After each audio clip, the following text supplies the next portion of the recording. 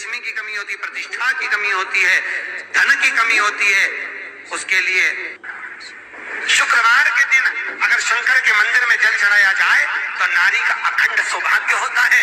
मान लो कोई की कमी होती है, एक मंत्र मैं तुम्हें देता हूं, दुनिया के लोग उसे संजीवनी मंत्र कहेंगे। ये वो मंत्र रहेगा जिस मंत्र का जाप तुम किसी मरे हुए व्यक्ति पर भी करोगे तो वो जीवित होकर बैठ जाएगा। संजीवनी मंत्र भगवान शंकर ने शुक्र को प्रदान कर दिया।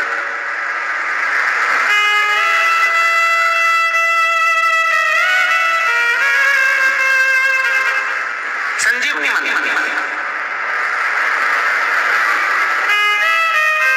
और संजीवनी मंत्र जब भगवान शंकर ने शुक्र को दिया और शुक्र ने उस मंत्र का स्मरण करना प्रारंभ करा तो शुक्र के पास में तो आनंद की अनुभूति हो गई बिना मांगे। शंकर भगवान से शुक्र ने ये नहीं कहा कि मुझे ये मंत्र देना, पर शिव ने दे दिया। और शंकर कभी भी थोड़ा नहीं देता, देता है तो बहुत में देता है। शुक्र, मैंने तुम्हें संजीवनी मंत्र दिया है, इस मंत्र को रखना और मैं तुम्हें देव तुल्य बनाता हूं, तुम ग्रहों में पूजे जाओगे। और शुक्र को भी ग्रह बना दिया, कवि को भी ग्रह बना दिया और पूज्य बना दिया। ध्यान दीजिएगा, महामृत्युंजय मंत्र का लोग जाप करते हैं, कितने लोग करते हैं? जरा हाथ उठाओ। करते हैं, कभी कभी तो करते होगे, रख लीजिए।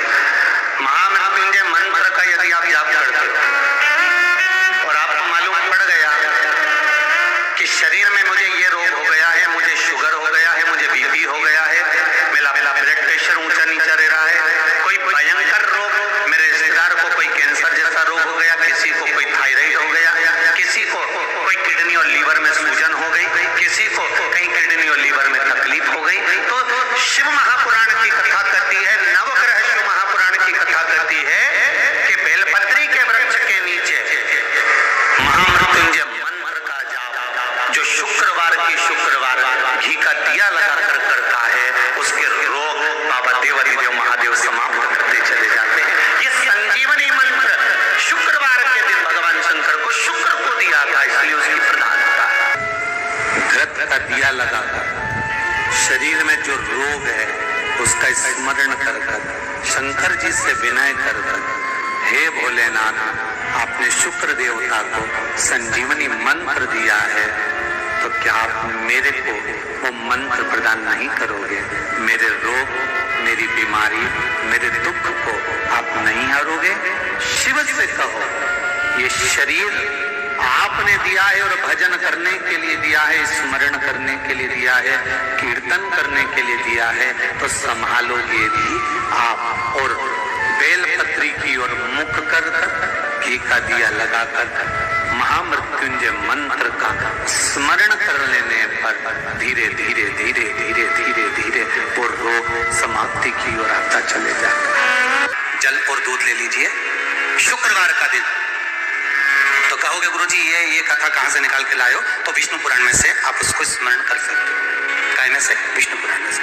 एक पात्र में देसी गाय का दूध, जल उसमें रखकर, और आपके यहाँ अगर लड्डू गोपाल हो, यदि आपके घर में ठाकुर जी हो, लड्डू गोपाल हो, विष्णु जी का कोई स्वरूप हो, श्री हरि का कोई स्वरूप हो, तो उस पर शुक्रवार के दिन आप संध्या के समय पर दुर्वा डालकर उस दुर्वा से अगर लक्ष्मी जी के नामों का 108 बार उच्चारण कर कर घी का दिया लगाकर कैसर के चावल साथ में रखकर केवल उस जल का और दूध का मात्र छींका देते हो तो उसके घर में कभी लक्ष्मी की कमी नहीं आ सकती, संपदा बढ़ती चली जाती है। 108 बार लक्ष्मी के नाम का मात्र उच्चारण कर लेने पर भगवान विष्णु के चरणारविंद पर, भगवान विष्णु के चरणों पर केवल उस दुर्वा का, जल का, दूध का सिंचन कर देने से भी लक्ष्मी की वृद्धि होती है।